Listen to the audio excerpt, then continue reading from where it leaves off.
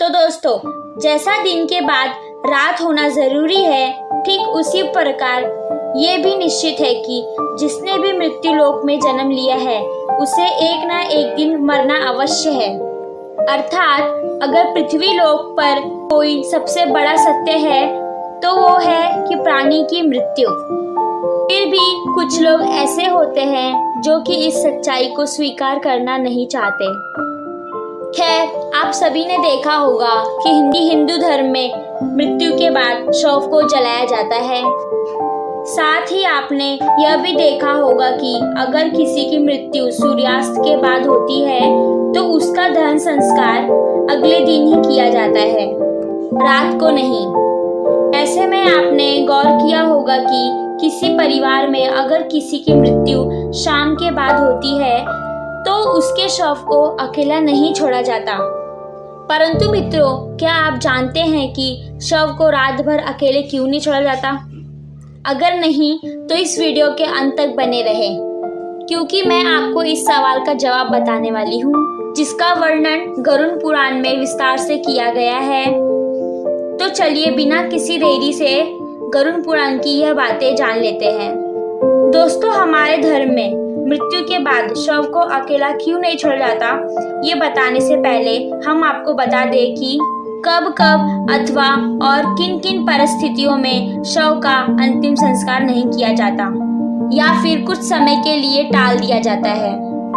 दोस्तों, आपको सबसे पहले मैं ये बता दूं कि हिंदू धर्म में अगर किसी की मृत्यु सूर्यास्त के बाद होती है तो उसके शव को रात भर घर पर ही रखा जाता है और अगले दिन उसका दहन संस्कार किया जाता है।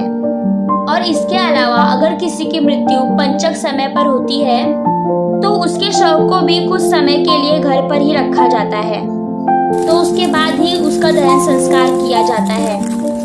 क्योंकि गरुड़ पुराण में बताया गया है कि अगर सूर्यास्त के बाद अथवा पंचक समय में किसी मृत्यु शरीर का दहन संस्कार किया जाए तो उसे मोक्ष की प्राप्ति नहीं होती। अगर कोई व्यक्ति रात में ही मर जाए तो उस रात में शमशान घाट नहीं ले जाया जाता और लाश को घर पर ही रखा जाता है और सुबह होने का इंतजार किया जाता है। और ऐसे समय में मृत व्यक्ति के शव को एक पल के लिए भी अकेला नहीं छोड़ा जाता है और कोई ना कोई व्यक्ति हमेशा रखवाली के लिए मौजूद रहता है। मृत व्यक्ति को अकेला नहीं छोड़ने का सबसे बड़ा कारण है कि अगर शव को अकेला छोड़ दिया जाए तो इससे हो सकता है कि कुत्ते या बिल्ली जानवर जैसे उस शव को नोच खाए। और गरुड़ पुराण की माने तो मार्ग में ऐसी ही यात्राएं सहनी पड़ती है। साथ में ऐसा भी माना जाता है कि अगर शव को अकेला छोड़ दिया जाए तो उसे गंध आने लगती है।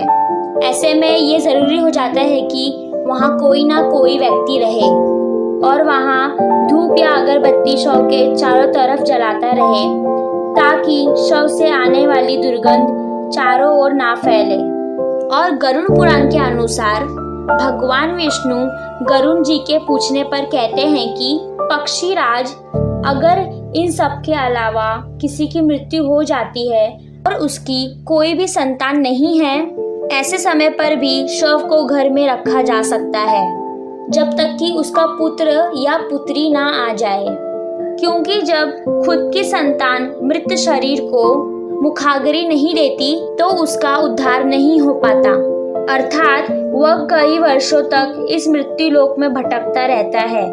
इसके बाद विष्णु जी बताते हैं, सूर्यास्त के बाद अगर किसी की मृत्यु शरीर को जला दिया जाए तो वह मृत आत्मा असुर, दानव या पिशाच के योनि में जन्म लेती है, जहां उसे कई तरह के कष्ट सहने पड़ते हैं। और यही वजह है कि हिंदू धर्म में रात को अंतिम संस्कार करने से मना किया गया है। आगे विष्णु जी बताते हैं कि रात में मृत्यु शरीर को अकेला छोड़ दिया जाए तो उस शरीर के आसपास भटक रही दूर आत्माएं भी प्रवेश कर जाती हैं, जिससे मृतक के साथ साथ उसके परिजनों को भी कई तरह के कष्ट सहने पड़ते हैं। साथ ही यह भी बताते हैं कि शव को इसलिए अकेला नहीं छोड़ा जाता क्योंकि मरे हुए आदमी की आत्मा वहीं पर भटकती रहती है कहा जाता है कि इंसान की मौत के बाद शरीर आत्मा से खाली हो जाता है, इसलिए इसी वजह से उस मृत शरीर में कोई भी आत्मा अपना साया जमा सकती है। और यही वजह से दोस्तों रात में शव को अकेले नहीं छोड़ा जाता। दोस्तों आप इसके बारे में क्या सोचते हैं, नीचे कमेंट में ज़रूर बताएं।